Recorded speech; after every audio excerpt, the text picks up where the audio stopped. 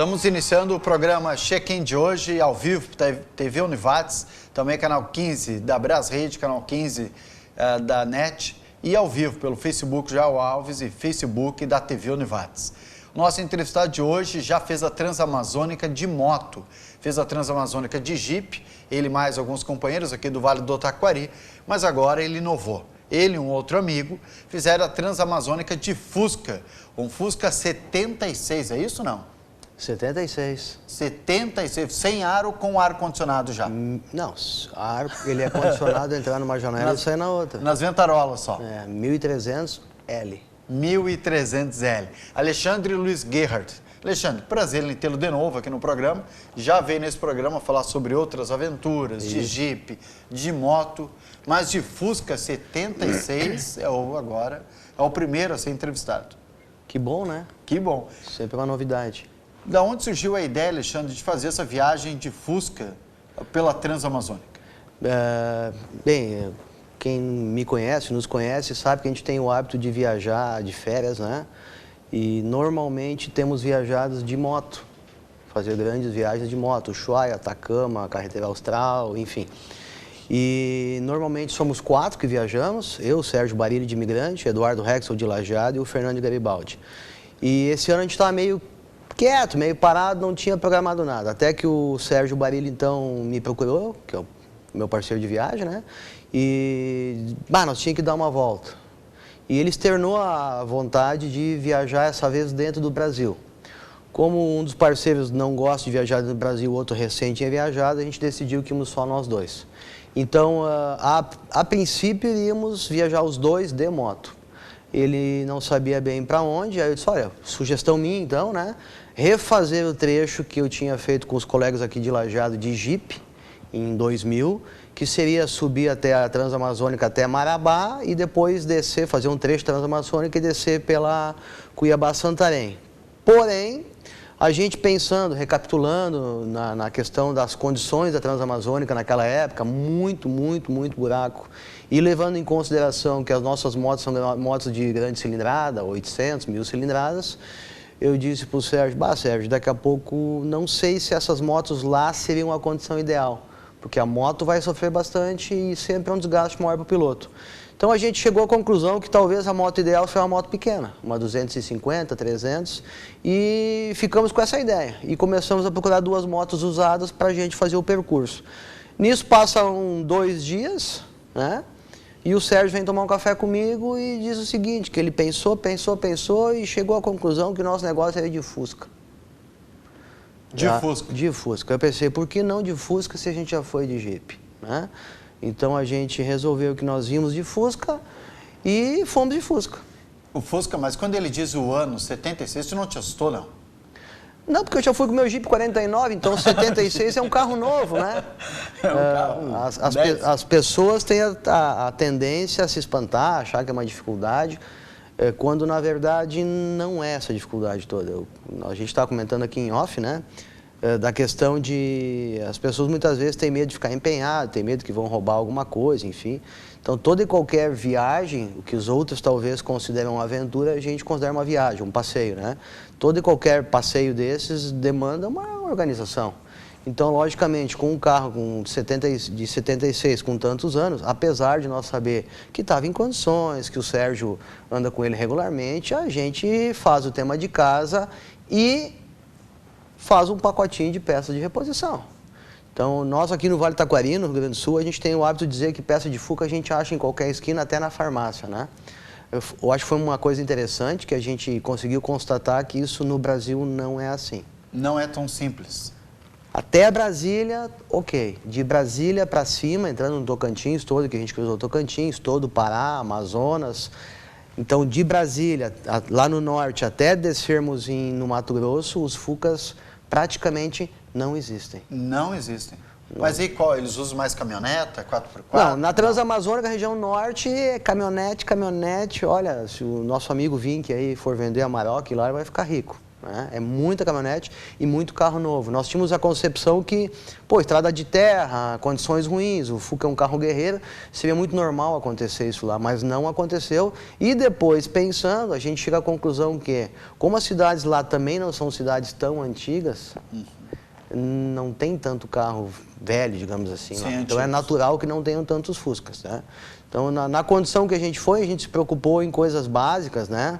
Levamos bobina, que é uma peça pequena, bomba de gasolina, o Fuca do Sérgio é um Fuca com dínamo, levamos um alternador. Peças sobressalentes. Algumas peças sobressalentes, assim, e uma peça que sobressalente que o Sérgio insistiu em usar, eu achei que fosse uma bobagem, depois a gente viu que não era, nós levamos um vidro de para-brisa junto. Porque como é aqueles sistemas antigos, bateu uma pedra, ele estraçalha, tu pode ter que uma grande dificuldade, né, achar um vidraceiro aonde no meio da Amazônia. Então ele largou essa ideia, no momento eu achei que, estamos carregando peso que não precisa, acabamos levando, não ocupou tanto espaço assim, botamos lá na cachorreira lá atrás, onde as crianças antigamente iam passear, né, e deu para levar, deu tudo certo. Mas não precisou trocar o vidro? Não. Mas estava lá se precisasse? Estava lá. Bom, vocês rodaram quantos 1.000 quilômetros? 9.601 quilômetros rodados de estrada, né? Algumas coisas, sei lá, mais 200, 300 dentro de cidade, mas vamos computar aí 9.601 em 19 dias de viagem. Vocês subiram o Brasil e a primeira cidade no mapa foi Marabá, né? Que vocês dobraram à esquerda em Marabá, né? Daqui até Marabá vocês pararam em quantos lugares para dormir? 4? A gente fez o seguinte trajeto, né? A gente saiu daqui, fomos a Ponta Grossa, no Paraná. Pernoitamos na casa de um casal de amigos, que também quem me conhece sabe que eu sou colecionador de veículos militares, né? E tenho amigos em todo o Brasil com esse mesmo hobby. Então paramos na casa do Rodolfo e da Priscila, churrasquinho, cervejinha. No dia seguinte fomos a São Paulo, Jaboticabal, o nome da cidade, do lado de Araraquara. Também ficamos na cidade de um outro casal, Vitoriana, colecionadores também, estão fazendo um museu lá, inclusive. Lá foi muito bacana, porque lá em Jaboticabal a gente chegou final da tarde, e já às 7 e pouco eles nos levaram para um barzinho com mais alguns amigos, e a gente estacionou o Fusca dentro do bar. Dentro do bar? Dentro do bar, um bar temático lá, estacionando o Fusca dentro do bar lá. Conversando com o pessoal, fizemos um happy hour lá com eles, beleza. Muito bacana. Aí, no terceiro dia, já estávamos em Brasília, né? Fomos a Brasília, novamente ficamos na casa de um amigo colecionador de viaturas militares lá, o Ricardo Ferreira, que é da Advocacia Geral da União, mora num condomínio lá em Brasília, ficamos lá aquela noite e seguimos viagem no dia seguinte. Mas como eu nunca tinha ido a Brasília com calma, assim, e ele insistiu que a gente ficasse mais um dia lá com a família dele, acabamos ficando em Brasília, pegamos o dia todo para percorrer lá Brasília, tirar foto, conhecer algumas coisas, né? E ficamos então mais um dia em Brasília. E aí então, no dia seguinte a gente subiu, o natural de quem vai de Brasília para o norte é subir pela rodovia Belém-Brasília. Nós não subimos por ela, nós subimos por uma rodovia interna do Tocantins para evitar os caminhões, né? E passar em frente à Chapada dos Veadeiros e não pegar movimento. Então nós fomos quase até Palmas. Dormimos em Porto Nacional, que é um pouco abaixo de Palmas. No Tocantins. No Tocantins. E aí sim, a gente começou já a ficar em hotel de beira de estrada, um pernoite mais simples. E de Palmas, então, a gente avançou já para dentro da Transamazônica, porque a Transamazônica não começa ali, começa antes, lá, bem antes, pelo lado da Bahia, né? Mas ali que começa a situação mais peculiar. E a gente entrou ali, passamos por Marabá, que antigamente... A Transamazônica passa por Marabá? Ela passa por Marabá. Marabá que fica perto da Serra Pelada, Da Serra Pelada. Serra Pelada hoje não existe mais, né? Serra Pelada era um garimpo manual, né? Hoje os garimpos são todos automatizados. Nós tínhamos no cronograma dormir em Marabá, mas nós nos adiantamos no nosso cronograma, apesar de estar de Jeep. Antes de nós chegar em Marabá até nós rodar de Brasília a Porto Nacional, nós fizemos 830 quilômetros num dia com o Fusquinha. Com o Fusca, 800 quilômetros com o Fusca. 830. Não aquece muito, porque o Fusca aquece, né? Não tem... Vocês fizeram alguma coisa diferente, não? Não. O Fusca é justamente o contrário. O Fusca não tem radiador. A refrigeração dele é toda com ar, Mas né? a bobina não aquece? Eu vou dizer que eu saí de Mato Leitão, fui a São Leopoldo e voltei de Fuca, eu, uma amiga nossa da família de 76 anos, e na metade do caminho paramos para comer melancia. Quando paramos... Quando eu fui ligar o Fuca, não pegava mais, porque esquentou a bobina do Fuca. Sim. Aí eu botei uma toalha, né, molhada, a hora que esfriou, ele pegou e foi embora. Isso não aconteceu? Vocês Não, andaram não. 800 quilômetros? Não, sem problema. Mas o que vocês fizeram, o que eu fiz de errado, então? O Papai do Céu nos ajuda, ele é bonzinho com nós, certo. não tinha... Alguns furam, né, do lado, para ventilar, mas você não fizeram nada disso, não precisou. Nada. Tudo certinho, tudo certinho. Em Marabá, a gente se adiantou, nós tínhamos o convite de pernoitar em Marabá, na Vila Militar, que eu tenho uma relação bastante grande com muitos militares, né? Marabá é cidade grande, né? Sim, cidade grande hoje, tá bem organizada, tá bonita, né? E acabamos então não pernoitando lá, mas fomos almoçar então na Vila Militar com um oficial do Exército aí, que é amigo nosso, com a família dele, que é aqui de Bento Gonçalves. Ficaram muito satisfeitos, né, de ter visita de gaúcho lá. Comemos, inclusive foi o único dia de toda a viagem que a gente almoçou. Não almoçava os outros dias? Não, a gente toma café da manhã. Reforçado. Toma um café da manhã. Primeiros dias daqui até Brasília nós somos abaixo da base do pão colonial, salamito e queijo, né? Parava na beira do asfalto, abastecia, sentava ali com 2 cadeirinhas de abrir, salamito, um pãozinho. Descansar, falava sobre a viagem, coisas boas. E vamos embora. Bom, vamos continuar depois de Marabá, mas antes de ir para o intervalo, que a gente vai ter que fazer uma pausa agora em seguida, vamos ver algumas fotos dessa viagem, até para o telespectador saber aí o que a gente vai ver. Essa aqui é onde? Essa aí é em Xambioá, cruzando a balsa lá que vai para o Rio Araguaia lá, na frente do hotel. Essa foto aí foi o dono do hotel que tirou, porque eles nunca tinham visto um Fusca lá. Ele até botou alguns dizeres ali. Essa aí tem uma história bacana, porque era o dia do Barilho pagar o hotel, daí ele chegou, deu o cartão dele pro dono do hotel e disse assim, olha, tu dá uma testada aí, porque eu sou professor, capaz de não ter saldo, aí eu te pago em dinheiro. Aí o dono do hotel disse assim para ele, não, se vocês estão comprando dinheiro, faz o seguinte, não me paga. Quando vocês chegarem no Rio Grande do Sul, você faz um depósito. Ué, tá brincando? Não, que confiança, hein? É isso aí. Aonde que é o hotel? Eu preciso passar por lá. Xambioá. Xambioá. No Pará. Bom, nós vamos fazer uma pausa, depois a gente continua conversando com essa história fantástica, Alexandre Luiz Gerhardt, ele que foi, então, cruzar a Transamazônica, mais de 9.000 quilômetros de Fusca, Fusca 76. A gente volta em seguida.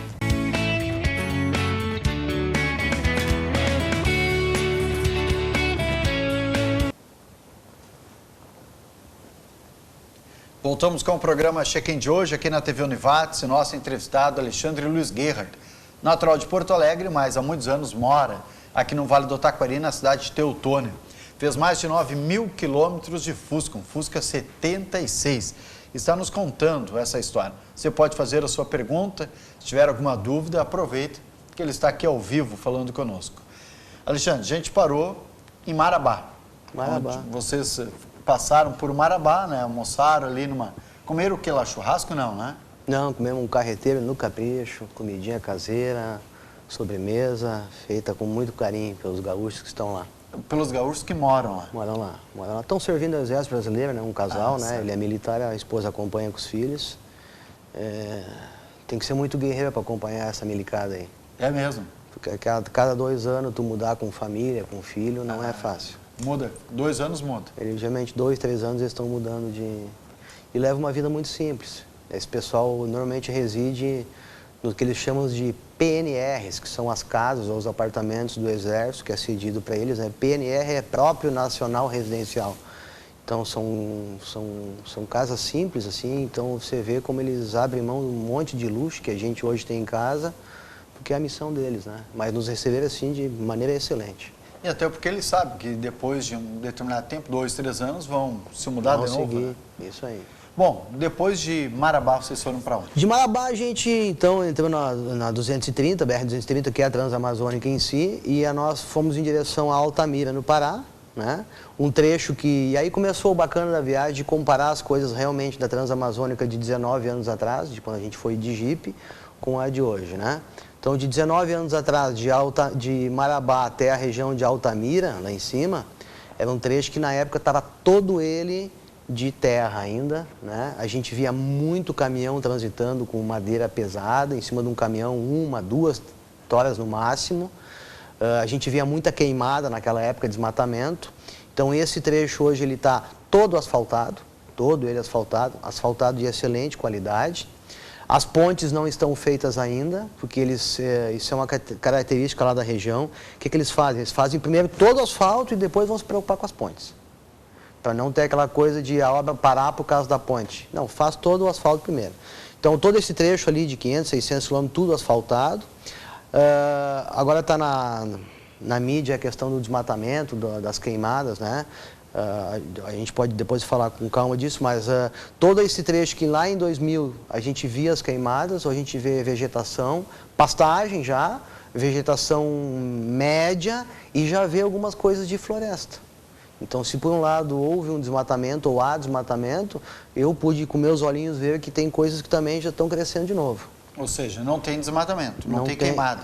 Naquele trecho ali não. Aquele trecho onde vocês já tinham passado. Isso. E naquela época, quando era uma região muito erma, né, você passava ali 100, 200 quilômetros, não encontrava nada. Hoje você vê a fazendinha do lado da estrada, um comérciozinho, né, muito simples, mas você vê que já existe civilização, coisa que há 19 anos atrás não tinha. Pobreza, não? Bah, eu acho que... não sei. Logo depois a gente saiu de Marabá, passamos a Altamira, fomos ao novo repartimento. Em novo repartimento, há 20 anos atrás era um faroeste, 40 mil habitantes, não tinha saneamento básico, tudo chão batido, uns casebres de madeira. Hoje é uma cidade e ali a gente foi ajeitar o cano de descarga do Fuca, uma soldinha. E aí eu estou sentado com o senhor e ele disse assim para mim... Você viu bastante gente na rua aí, o pessoal todo conversando, né? Me chamou a atenção, 9 horas da manhã. Diz ele, pois é, aqui a gente não trabalha muito não. E ninguém morre de fome. As nossas necessidades são poucas. Então eu já não sei mais bem qual é o conceito da pobreza. Se pobres são eles ou se pobres somos nós, que estamos todo dia correndo para ter um monte de coisa que a gente não precisa. Lá o conceito não é bem esse. Eles são muito desapegados de muita coisa. Passou por Altamira. E Altamira, a gente, nas notícias aparece muito, né, de pessoas assassinadas, prefeitos, vereadores que sumiram. Nesse trajeto de Fusca, e aí a velocidade não é muito alta, até para observar melhor, né? Vocês perceberam insegurança em algum momento da viagem, não só na região de Altamira? A questão da insegurança ela é natural hoje para nós todos, né? E era uma das preocupações que a gente inicialmente tinha, né? Pô, vamos lá, vamos. O que hoje eu digo assim que para mim é fato? Em primeiro lugar, que nós fizemos uma viagem que eu considero ela interessante, que ela foi meio que no anonimato. Porque uma coisa é você chegar como a gente chegava de Fusca, 76, de chinelo de dedo. Não chama atenção? Com uma bermuda suja e uma camiseta suja. Porque como nós ia pegar pó, né? Nós tinha todo o tempo os vidros abertos e o pó pegando. Então você não chama atenção, você chega lá com um carro que desperta o interesse das pessoas. E assim como foi com o Jeep, ou como é uma viagem de moto, as pessoas elas já vêm te procurar e vêm te oferecer carinho, perguntar se precisa de alguma coisa. Então isso é diferente do que você fazer a mesma viagem com uma Toyota 0 km, com uma Ranger, todo bacana, certo? Mas assim, em alguns momentos ali a gente sentou com um garimpeiro, outras pessoas, né, desse perfil. E aquela preocupação, Sérgio, fecha bem o Fuca aí porque tem as coisas ali. Não, não, moço, o senhor não se preocupa. Aqui ninguém mexe no seu carro, não. Como assim? Não, não. Aqui o que é de vocês, ninguém mexe. O que a gente sabe? Tem o matador de aluguel, tem o grileiro que vai queimar as terras, que é meio bandidão, tem a bandidagem, tem. Mas essa bandidagem pequenininha que a gente tem aqui, lá não é bem assim. Porque como as cidades estão muito isoladas, todo mundo se conhece, todo mundo sabe... como as coisas acontecem, eles não deixam os bichos se criar. Lá o cara... Esses pequenos furtos, roubos que acontecem, que a gente vê aqui... Roubou, o que é teu, o que não é teu, não é teu. Então, se eles veem isso acontecendo, não é bacana entre eles, o cara não sei como desaparece. Vamos ver mais algumas fotos? Aí tem mais dúvidas a respeito dessa viagem fantástica de um rapaz aí, ó. Tá aí o salamito, o queijo, pão aí, caseiro e o Fuscão. E o Fusca ali, ó, bonito. Aí isso que é onde? Isso aí é antes de nós chegar em Ponta Grossa, aí pelo lado de Santa Catarina, algum lugar aí. Ah, isso é na estrada? Na estrada aí, isso aí. Ó, então aí é o trecho em 2000, né, que a gente fez aí, né, isso aí na época era chão, hoje é tudo asfalto. Essa estrada hoje na Transamazônica? Isso aí é o trecho na época, em 2000, de Marabá a Altamira. Altamira. Dá quantos quilômetros? Muito longe? Dá uns 500, 600 quilômetros. 500, 600 quilômetros. Então, Brasília, né, o Memorial JK, um memorial muito bacana aí de conhecer. Recomendo, não conhecia. Bonito. Aí também. Aí também, né, tem que registrar, né. Até em Brasília a gente foi, chamou a atenção lá que o pessoal não está muito acostumado com o Fusca. Com o Fusca, né? Não é tão comum lá para cima quanto a gente vê aqui, né? Aqui toda hora, né? A gente vê muito Fusca aqui na nossa região. Bom, ou seja... Passamos por 2 Brasílias em toda a viagem. 2 Brasílias? Só. Mesmo nas cidades também não viu nada. Bom, e aí vocês seguiram de Marabá, foram a Altamira e foram para onde? Novo Repartimento, então, que é uma cidade que está a 70 quilômetros antes de Tucuruí. A Transamazônica, ela vem assim e ela faz uma curva e Tucuruí está aqui. Então a gente dormiu ali, me chamou a atenção, porque na época era uma cidade meio faroeste, assim. Eu me lembro muito bem que naquela ocasião a gente estava num barzinho tomando cerveja de noite e encostaram 2 Toyotas e o delegado, que nós tínhamos conhecido no posto de gasolina, o delegado botou todo mundo contra a parede aquela vez, só os gaúchos não. Gaúchada pode ficar sentado. Revistaram todo mundo e saiu um monte assim de arma e de faca.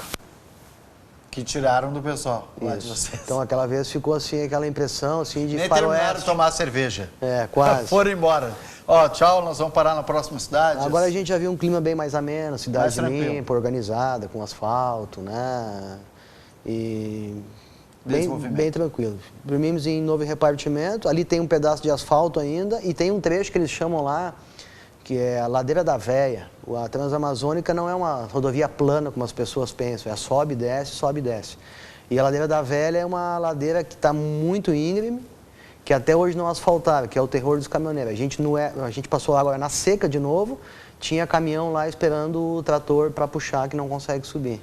Então, já ela é íngreme, com muito facão, muita erosão, o caminhão tem dificuldade, agora na seca, sobe puxando o trator.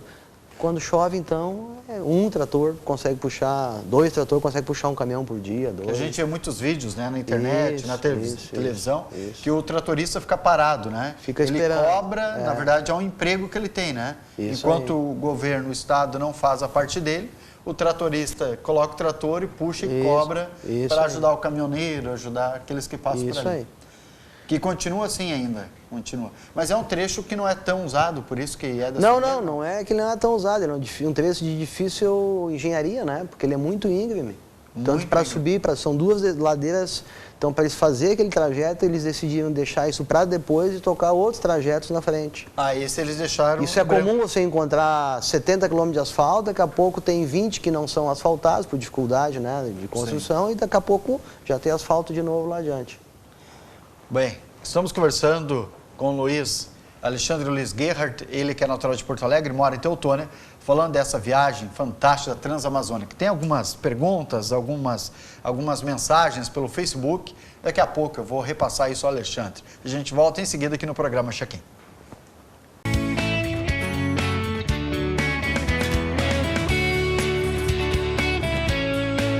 Voltamos com o programa Check-in, conversando com Alexandre Luiz Gerhardt, natural de Porto Alegre e mora há muitos anos já em Teutônia. Algumas mensagens pelo Facebook, mandar um abraço ao prefeito de Imigrante. Conhece, não? Grande Lelo. O Lelo. Conversei com ele lá no Dia Mundial do Rock, lá, parabenizei ele o evento que eles fazem lá no Dia do Rock, lá, muito bacana. Ele, no mínimo, está querendo perguntar cadê o Sérgio, meu parceiro. Ele perguntou, onde está o Sérgio, diz o Léo. Na verdade, o Sérgio vai vir em outro momento oportuno, porque a história é tão boa que a gente resolveu, a produção, fazer um momento separado, um momento exclusivo do Alexandre e um momento depois exclusivo do Sérgio aí. Contar as suas histórias. Porque a gente sabe que se der o microfone para o Sérgio, ninguém mais fala. Ele se comunica bem, não? Muito bem, professor aposentado. Professor. É uma das grandes figuras do município de Imigrante. Léo, então não se preocupa, viu, prefeito? Ele vai vir em um momento oportuno. A Marinês Fontanive, um grande abraço a Marinês, diz boa noite, um grande abraço, João. Boa noite, Marinês, também está nos acompanhando, que não perde um programa. Nem na rádio, ela nos acompanha e também na TV. Obrigado, Marinês. Bom, a gente falava a respeito de Fusca e tal, nós não falamos quanto tempo levou essa viagem, o total. Vocês saíram de Lajeado e voltar aqui para a região, né, no Vale do Taquari, foram quantos dias de viagem? 19 dias. 19 dias. 19 dias. Deu para fazer bem tranquilo. Gostaria de ter ficado 24, 25, mas eu tinha um problema de agenda profissional aí para resolver, então a gente teve que dar uma cortada. Isso aí. Vamos ver mais uma foto? Daí a gente pode comentar onde que é essa foto, para que a gente saiba um pouco mais. Essa que é onde? Essa aí é uma foto tirada dentro do Tocantins. Nós, um pouco depois da Chapada dos Veadeiros aí, então, essa aí as pessoas muitas vezes falam, o trânsito, né, é difícil. Esse é o trânsito que nós estávamos pegando de Brasília para cima, é isso aí. Mas o asfalto bom aqui, Alexandre. Asfalto bom, eu comentei em off aqui, o pior asfalto que nós passamos foram os asfaltos do Rio Grande do Sul. Do Rio Grande do Sul. E uma reta, né? Olha aqui também, que lugar bem lindo. Isso aí também dentro do Tocantins. Então, você poder passar aí o dia todo viajando, olhando isso aí, para tirar uma foto, né? Que viagem fantástica, rapaz. São coisas que não tem preço. Não tem. Pegaram chuva em algum momento, não? Não. Nem um dia com chuva? Não. Aí também, o Morro Testemunho, como o Sérgio Barilli disse, ele é testemunho de que um dia toda a parte do relevo já foi diferente, né? Hoje só sobrou esse aí, né? Sim. Aí também tem uma represa lá no Tocantins, lá acima da Chapada dos Veadeiros aí. Não pescaram? Não pescamos. Inclusive, peixe foi uma coisa que a gente foi difícil comer. Eu não sou muito peixe, gosto de comer filé de peixe. Mas lá em cima, mesmo em Xambioá, que é beira do rio, né, e outras cidades, difícil comer peixe. Parece que eles não têm tanto hábito, eles dão frango, a gente vê muito, né? Carne, um peixinho assim, hoje não tem, difícil. O que eles conheciam, por onde vocês passaram, e aí pela própria placa do carro, né? Mas por vocês o sotaque já identificava como gaúcho. O que eles sentem pelos gaúchos? Lá pra cima é normal a gente encontrar gaúcho. Muito gaúcho. O que é de comum de pensamento deles é que o gaúcho é um povo desbravador, né? Porque subir pro Mato Grosso, pro Pará, então é normal. Eles têm, na verdade, têm respeito pelo gaúcho. Gostam dos gaúchos? Gostam mais das gaúchas, eu acho, mas dos gaúchos também. Sempre falo das gaúchas, mas gaúcho também gosta. Não, mas vai bem. Nosso sotaque com deles é muito diferente, né? Sim. Mas é bacana, bem tranquilo. Tiveram algum problema durante a viagem, não? Olha, além do Sérgio querer me matar umas 4 vezes, tá falando? Não. O pessoal pergunta por problema mecânico. Então, nós, para encurtar assim, rapidinho, num trecho tinha a patrola passando, né? E quando a patrola passa, no cantinho da lâmina fica aquele montinho de terra, né? E vinham 2 caminhões em sentido contrário. Não, mas dá para passar aqui. Fui passar e daqui a pouco sentiu aquele barulho de uma coisa batendo embaixo do carro. No meio do caminho tinha uma pedra. No meio do caminho. A gente pegou uma pedra, deu barulho, tudo certo. Depois, quando a gente chegou no hotel de noite, fomos tentar bater arranque, não batia arranque. E imaginamos que fosse o motor de partida, porque tu batia a chave, dava um clec, como se o motor de partida quisesse acionar e não fosse. E aí o Sérgio disse, não, é o motor de partida, vamos trocar. Nós tínhamos motor de partida.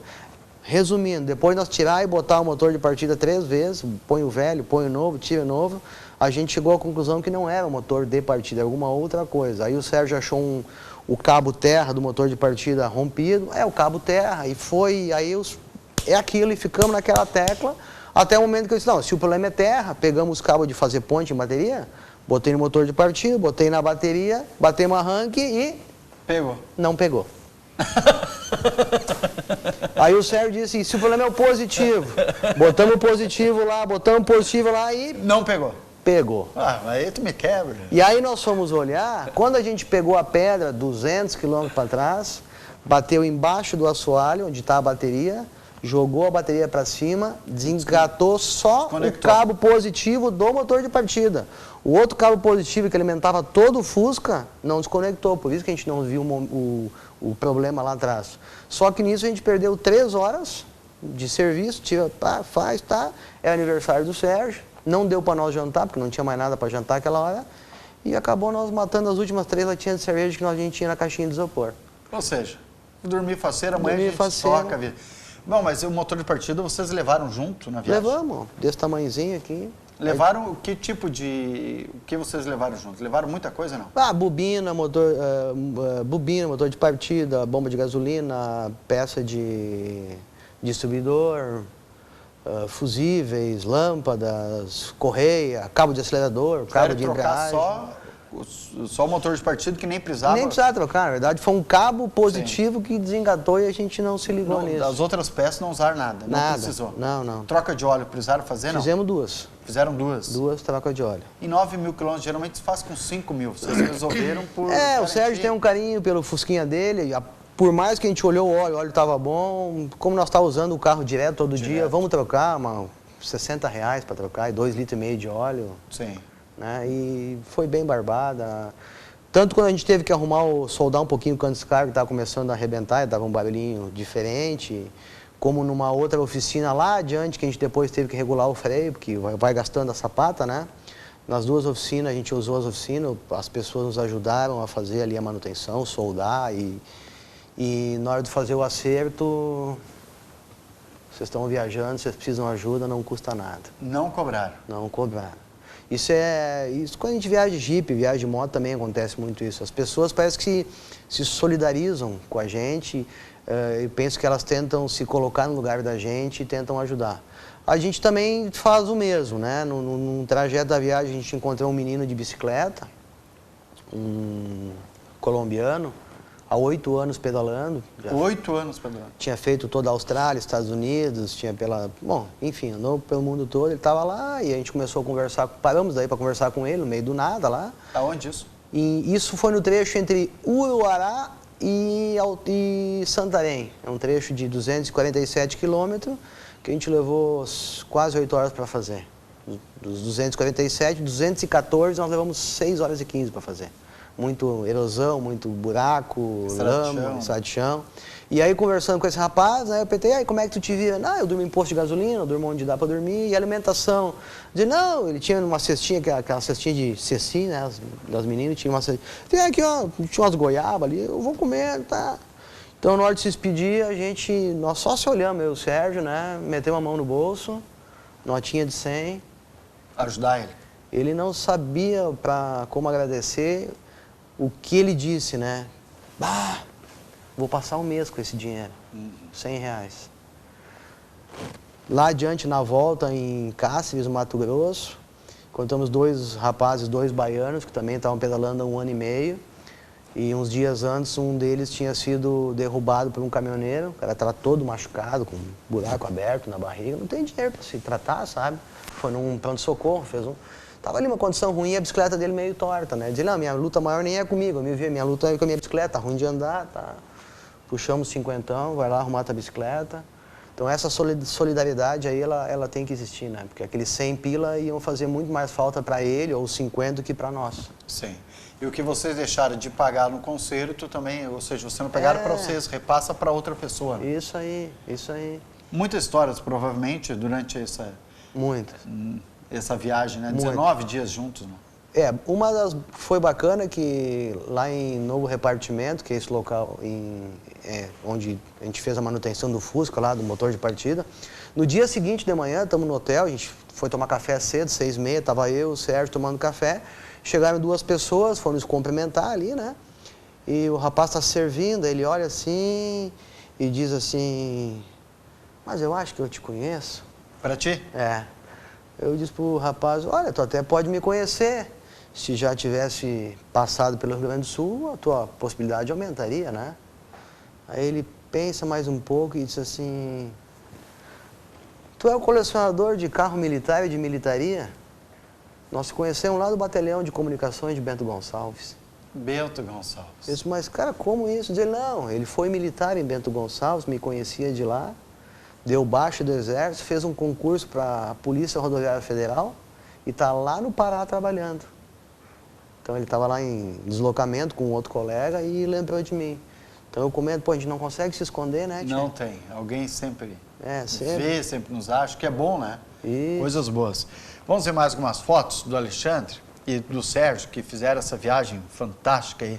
Bom, passamos por Lajeado, né? Lajeado, rapaz. Lajeado fica... Cidade das Águas. Cidade das Águas, né? Não é pelo Rio Taquari, não. É pelo rio de lá. Lajeado tem uma usina, Lajeado fica logo acima de Palmas, no Tocantins. Já tínhamos passado lá em 2000, Passamos de novo em Lajeado, é a mesma escrita da nossa aqui, a cidade pequena. Eu resolvi registrar aí que sempre é uma história para contar, né? É verdade. Em Tocantins. Isso aí. Isso aí é em Xambioá, na beira do rio Araguaia, né? A gente pernoitou uma noite aí. Aí sim, a gente conseguiu a cerveja mais barata da viagem, Amstel, garrafa por R$7. Essa é mais barata. Deu para aproveitar a noite aí. Tá aí o Sérgio, então, né? Grande parceiro, contador de história. O Sérgio é um cara muito inquieto, ele não consegue, ele desce do carro e já sai perguntando por que isso, por que aquilo, por que... Aprendendo. Ele... Como bom professor. Tá sempre perguntando, sempre instigando o pessoal aí, baita parceirão. Bom, daqui a pouco a gente volta trazendo mais algumas fotos e conversando com o Alexandre Luiz Gerhardt, natural de Porto Alegre, e o Sérgio, que apareceu agora na foto aí, fizeram essa viagem na Transamazônica. 9.601 quilômetros em 19 dias. Isso aí. Numa alta velocidade, num potente Fusca 76.300L. Pô, conseguimos ultrapassar em toda a viagem, eu acho que com 5 carros. Está parados? Não, rodando. Não, rodando. Rodando. A gente volta daqui a pouco no programa Check-in.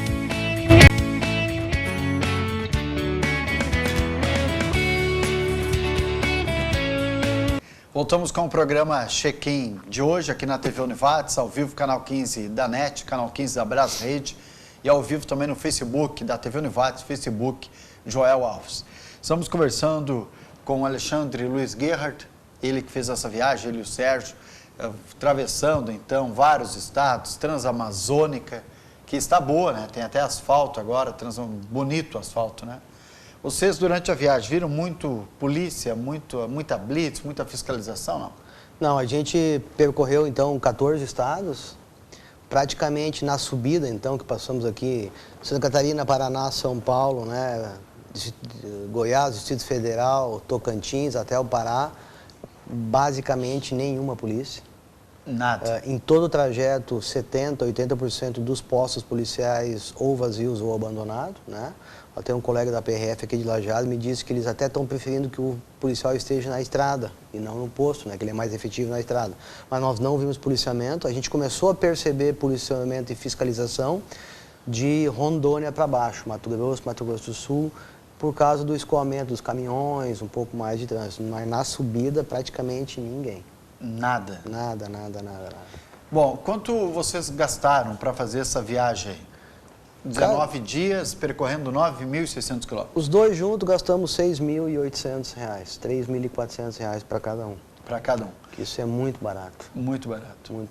Hotel, preço médio, hotelzinho duplo, né, R$120. O mais caro pagamos 180 ou 190 e o mais barato R$80.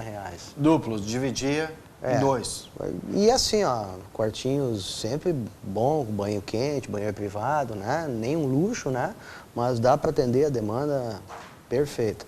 Teve o mais barato deles foi na cidade de Jacareacanga, que é no meio da Transamazônica, entre Humaitá e Itaituba.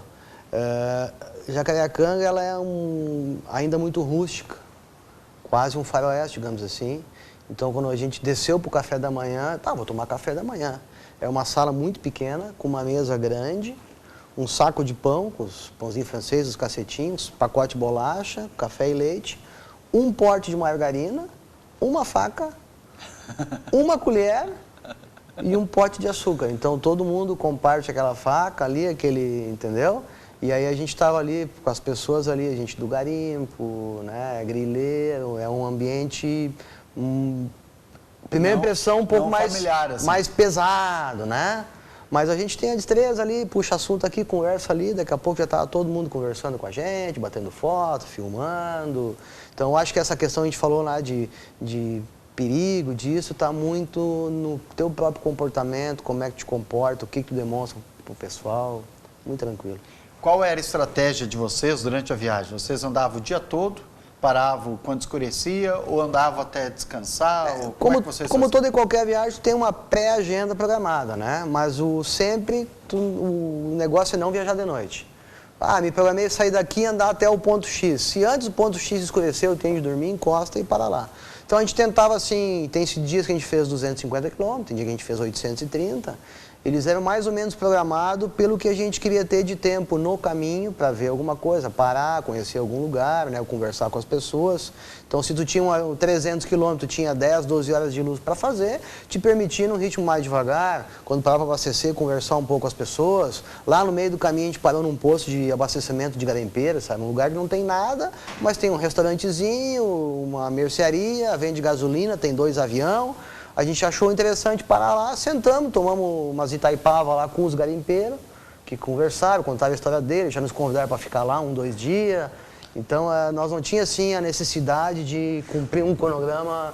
Acabou dando tudo certo, o negócio é não viajar de noite. Não, de noite, nunca. Não. Vamos ver mais algumas fotos, são lindas fotos, até para a gente conhecer um pouco da Isso história. é uma das balsas que a gente cruzou por 6 ou 7 balsas, né? Rio Xingu, Rio Araguaia, Tapajós, é uma delas aí, né? Sempre muito organizadas, muito bacanas, limpinhas. Essa é uma balsa. Aí o cara da balsa, né? Essa foto, além de estar com ele, pode ver que ela é praxe, todos eles de boné, com essa proteção de pescoço, para não queimar nunca. E é normal você ver eles quase que nem um tuareg, óculos escuros e totalmente fechado. Eles se protegem do calor.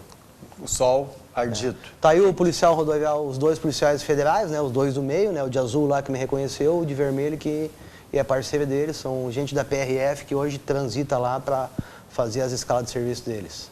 Certo. Aí tá uma oficina do Valdo aí, uma oficina com beira de estrada aí, chegamos lá para soldar o fusquinho, o cano de descarga, parou tudo, nos atendeu, conversou com a gente, não cobrou nada. Isso é lá em Novo Repartimento. Novo Repartimento. É. Aí Olha, o Fuscão. Fusca, vê o que tem de peça pendurada lá na parede dele lá, né? E o cara tá ali há 20 anos trabalhando, gente fina, tudo certo, não tem... Sem muita preocupação. Isso. Aí também entrou uma outra balsa, né? As balsas sempre controladinhas, com recibo. Os caras têm um controle, sabe? Muito organizado. Essa aí é a usina de Belo Monte. Rapaz. Deu toda essa confusão aí com os indígenas, tá? Belo Monte, baita usina, grandona, tá ali, bonita, antes de Altamira, né? A gente pagou para registrar. Tá aí um trecho da Transamazônica, né? Que não tem asfalto. Que não tem asfalto. Muita poeira. Muito Muito pó. trânsito pegaram aqui, não? Não se pega tanto trânsito, né? Alguns trechos até um pouco mais movimentados, mas no geral pouco trânsito, né? Mas o problema é que não tem vento lá. Então quando passa um caminhão ele joga aquele pó para cima e aquele pó fica lá. Parece que lá a lei da gravidade não existe, aquele pó fica ali. Pouco vento. Basicamente a região amazônica ela é de pouco vento, né? Essa é a geografia explica, né? Aí de novo a Transamazônica, né? Essas árvores grandes aí são as castanheiras, né? Muita castanheira lá. E quando é feito o desmatamento, eles não derrubam as castanheiras, que é crime, né? Federal, né? Daí eles não então, derrubam. As castanheiras ficam lá, tá? Aí, de novo, né? Um pedacinho da Transamazônica aí. Muita natureza, assim, né? Aí um cidadão aí com a sua venda, né? Seco molhado, bodega. Chega, a gente conversou. Cigarro, cachaça. Esse aí é um produtor de pimenta do reino, ele mostrou para nós a plantação dele, como é que ele planta, como é que ele colhe, como é que ele seca a pimenta do reino. Tivemos uma aula aí de... E uma latinha ali. E uma latinha. Quente. Lá eles tomam, não, geladinha, lá eles tomam Itaipava. Itaipava. Itaipava é a cerveja. Aí em Alter do Chão, do lado de Santarém, que é o Caribe do Brasil, né? Uma região lindíssima, praias com areia branca. Aonde é isso? Alter do Chão, do lado de Santarém, lá no Pará. Alter do Chão, você vai ali, tem muito estrangeiro. Inglês, americano, holandês, alemão. É uma região turística. Esse é o hotel Olegar Palace Hotel, lá em Jacareacanga. O hotel mais barato da viagem, 80 pila, aí que a gente fez o café da manhã. Que tinha uma faca, uma colher e uma margarina para todo mundo. Tá aí o hotel, ó, essa é a frente dele, super hotel. É o melhor hotel da cidade, né? O Stefano, nosso colega aqui da TV Univates, quer viajar para lá, já tem um hotel para ir, ó. Tá Leva uma faca junto que talvez tenha um desconto. Com certeza. Tá aí, ó, tá aí o café da manhã aí, ó. Rapaz, aí tá o pessoal. Tá aí a mesa aí. Isso aí em Jacareacanga, chegando. Interessante a pavimentação da rodovia, né? Eles não têm que nem nós aquela base de pedra, lá não, lá eles têm que ir socando o próprio chão. Então passa o caminhão d'água, vê que tá molhado ali, ó. Sim. Passa o caminhão d'água, vem os rolos compressores e vão compactando. Entendeu? Isso eles fazem, passam e compactam. E quando chega naquele ponto de ir para os finalmente, aí eles fazem um desvio com aquilo já está bem compactado, certinho, para ninguém danificar, eles fazem um desvio, então, do trânsito, para daí começar a largar a camada do asfalto. O asfalto vai em cima ali. Isso aí. Será que fica tão bom ou não, com o passar do tempo? Olha, aqui o que a gente passou lá, no Uruguai também é meio assim, né? É diferente do que a gente vê aqui. Mas funciona, porque está lá, né? A gente compacta, coloca cascalho, coloca brita, coloca... Lá não tem isso. E compacta. Não tem, porque não tem de onde trazer, né? Não, muito longe de tudo, né? Longe de tudo, né? Então... O que mais te impressionou durante toda a viagem, Alexandre? Bah! O que poderia, que vai ficar na retina, na memória para o resto da vida? Cada vez que a gente viaja, não só nessa, né, como em toda viagem, quanto mais a gente viaja, quanto mais longe a gente fica de casa, mais a gente percebe que não precisa de muita coisa para ser feliz. Eu acho que isso é o grande lance aí, de desapegar um pouco das coisas, né, curtir as coisas mais simples e cada viagem, cada pessoa que tu conhece, tu poder aprender alguma coisa e isso fica na tua cabeça, sabe? Você vai viajar de um jeito e volta diferente. Isso, todo mundo que viaja aqui sabe isso. Já falei no outro programa, eu gostaria que todo mundo tivesse o hábito de viajar ou pudesse viajar. Não precisa ir para a Transamazônica, não precisa ir para o Ushuaia, não precisa ir para Atacama. Comentei com um casal de amigos de Teutônia, vão aqui no Uruguai, vão a Colônia do Sacramento. Um casalzinho tem um Fuco, um amigo meu, vão ali, vocês vão ir ali, vão voltar, vão pegar 5, 6 dias. Se alguma coisa der errado, vai aparecer um anjo da guarda que vai te ajudar. Então, esses medos que as pessoas têm, eles estão muito mais dentro da gente do que ali fora. Às vezes prevenir demais, nem precisa tanto assim, né? Não, a vida ela é feita de improviso. De improviso. Tem uma próxima viagem marcada, não? A gente até pensa, mas não quer divulgar por enquanto. Vamos ver, deixar acontecer. Isso aí. Alexandre, obrigado pela presença aqui no programa Check-in, uma história fantástica. O Alexandre que viajou, ele e o Sérgio, né? 9.601 quilômetros, 19 dias. Isso aí. E deixou para trás durante esse período a família.